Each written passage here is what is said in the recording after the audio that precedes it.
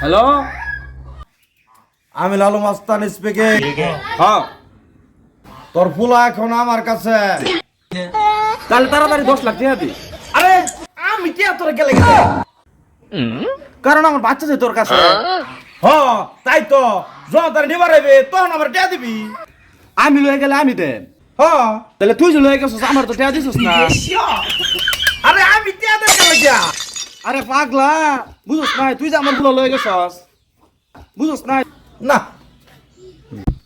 তাহলে কে টিয়া চাস?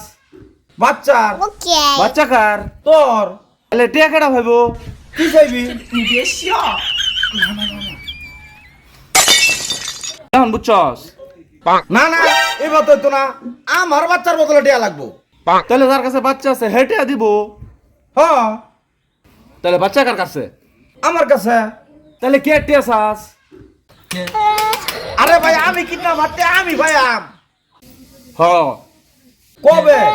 যখন তোর বাচ্চা কিনা হইব। Hello hello hello hello hello hello